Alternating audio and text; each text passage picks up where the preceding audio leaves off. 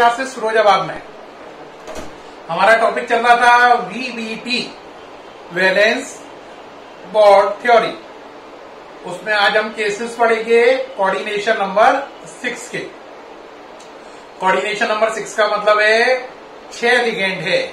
Ligand की संख्या ही coordination number है। कोऑर्डिनेशन नंबर 6 का मतलब लिगेंड की संख्या 6 है, 6 है। अगर लिगेंड की संख्या 6 हो बेटा, है ना, तो फिर 2 ऑप्शन होंगे कि लिगेंड जो है वो 6 है तो वो स्ट्रांग है या वीक है। अगर लिगेंड स्ट्रांग है तो हाइब्रिडाइजेशन होगा D2sp3,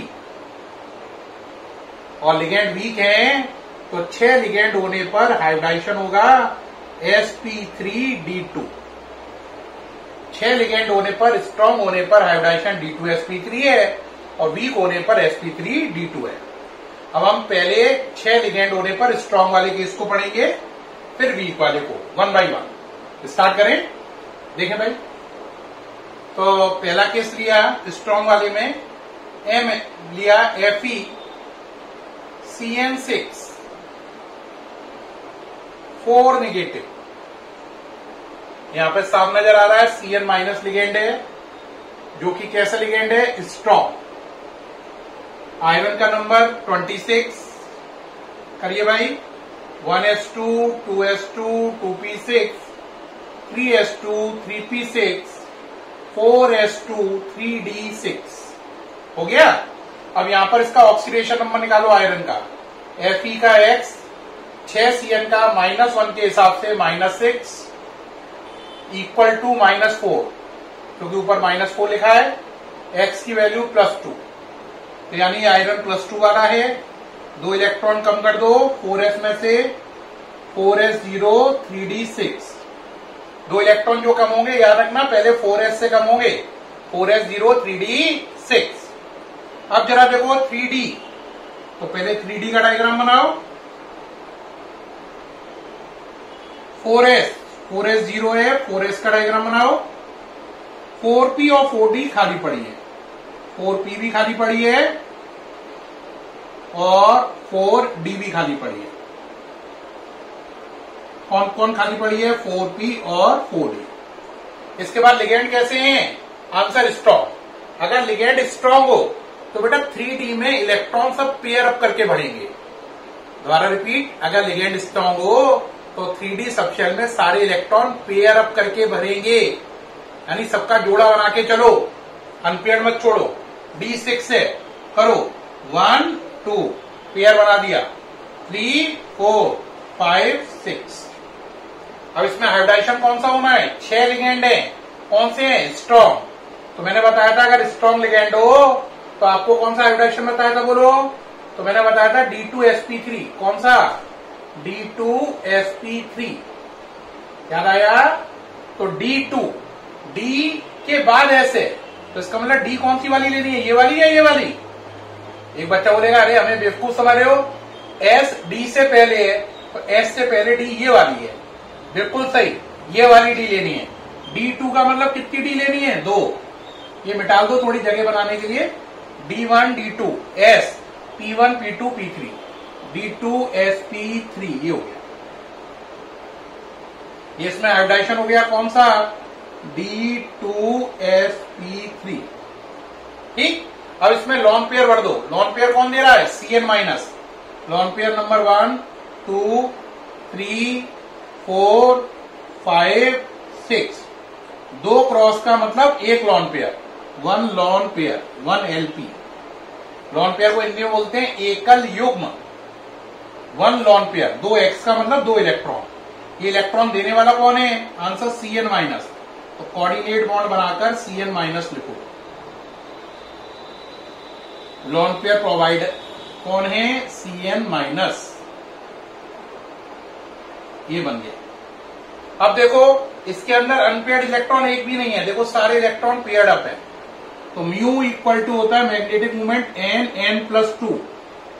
सारे इलेक्ट्रॉन पेयर्ड हैं तो n की वैल्यू कितनी हो गई, 0, क्योंकि सारे इलेक्ट्रॉन पेयर्ड है। तो 0 रखते ही इसका आंसर कितना आया, 0। तो 0 Bm आंसर हो गया, यानी कि 0 बोर मैग्नेटॉन। तो इस केस में हमने देखा इसका आंसर आया 0 बोर मैग्नेट्रॉन, क्योंकि एक भी इलेक्ट्रॉन अनपेयर्ड नहीं है। कोऑर्डिनेशन नंबर 6 क्यों माना? क्योंकि लिगेंड की संख्या 6 है। ये पूरा सॉल्व किया, ये पूरा निकल आया। ओके रहा, कोई दिक्कत तो नहीं है। ये पूरा हो गया आपका कंप्लीट लिगेंड 6 वाला केस, वो भी स्ट्रांग वाला। ये पूरा हटा रहा हूं, एग्जाम में बस ऐसा नाम लिखा आएगा, यहां तक आपको पूरा करना होता है, मैग्नेटिक मूवमेंट तक सारा निकालना होता है। अब अगला चलते हैं वीक लिगेंड को लेकर केस। अब वीक लिगेंड को लेकर चलिए भाई। वीक लिगेंड का केस दिया उन्होंने कहा Fe Cl6 4 नेगेटिव। सर अब इसका करो, Cl माइनस कैसा लिगेंड है? Answer weak. हाइब्रिडाइजेशन बदलकर कौन सा होगा? sp3d2। चलो भाई, Fe का नंबर 26। बढ़िया बच्चों, 1s2 2s2 2p6 3s2 3p6 4s2 है ना। फिर बोलो 4s2 के बाद क्या आएगा? 4s2 3d6। अब यहां पे इसका ऑक्सीडेशन नंबर निकालो Fe का।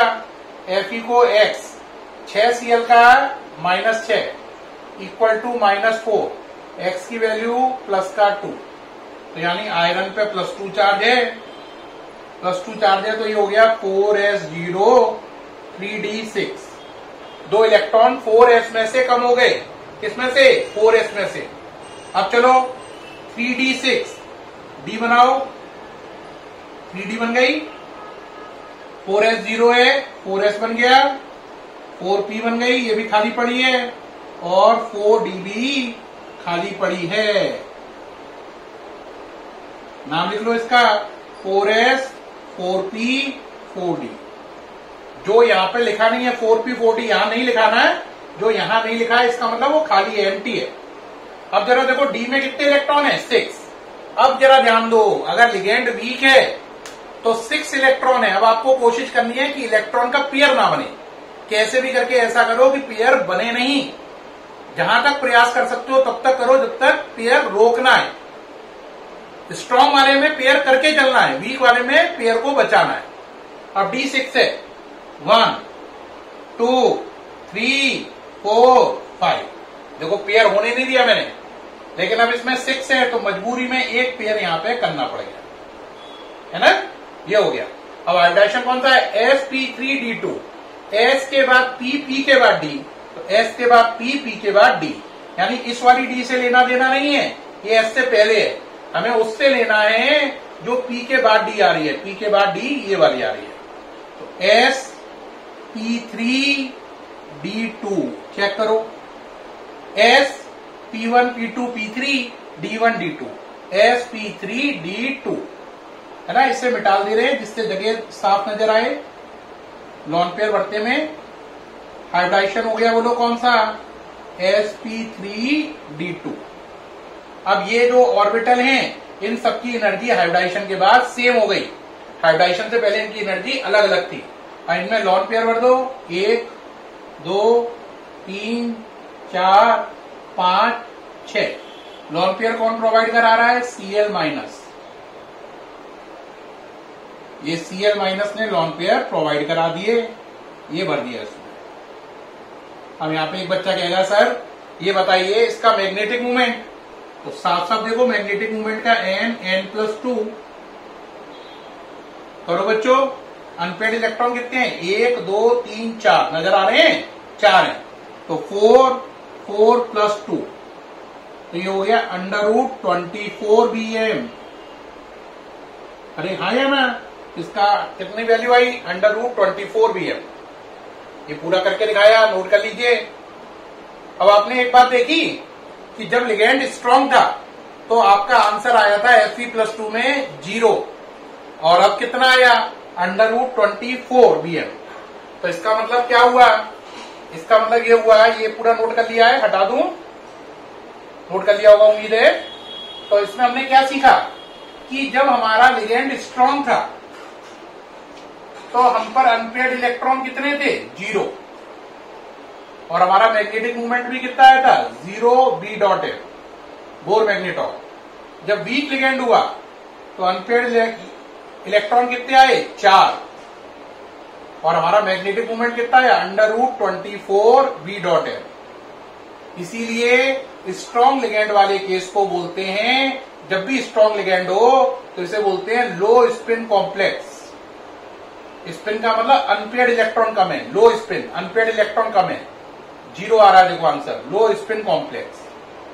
और जब आपका वीक लिगेंड हो तो इसे बोलते हैं हाई स्पिन कॉम्प्लेक्स। क्या बोलते हैं? High spin complex. यानी कि वो कोऑर्डिनेशन कंपाउंड जिनके अंदर स्ट्रॉन्ग लिगेंड होता है उन्हें लो स्पिन कॉम्प्लेक्स बोलते हैं, क्योंकि उनके अंदर अनपेयर्ड इलेक्ट्रॉनों की संख्या कम होती है, या यो कह लो उनका मैग्नेटिक मूवमेंट कम होता है। और जब वीक लिगेंड होता है तो अनपेयर्ड इलेक्ट्रॉनों की संख्या ज्यादा होती है, या यो कह लो मैग्नेटिक मूवमेंट ज्यादा होता है, इसलिए इसे बोलते हैं हाई स्पिन कॉम्प्लेक्स। प्यारे बच्चों, कोऑर्डिनेशन नंबर 6 के मैंने दोनों केस करके दिखाए। इसमें एक केस किया था मैंने आपको, कौन सा वाला? मैंने आपको दोनों केस करके दिखाए। एक में किया FeCN6 4 नेगेटिव, और एक किया FeCl6 4 नेगेटिव। एक में स्ट्रॉन्ग लिगेंड, एक में वीक लिगेंड। पूरा आंसर सॉल्व करके दिखाया। उम्मीद है आपको करना आ गया होगा। ठीक है, फिर मुलाकात होगी नए केसेस के साथ नेक्स्ट वीडियो में। आपको ये वीडियो अगर बहुत अच्छा लगा हो प्लीज कॉम्प्लीमेंट करें और नेक्स्ट वीडियो के लिए तैयार है। Thank you.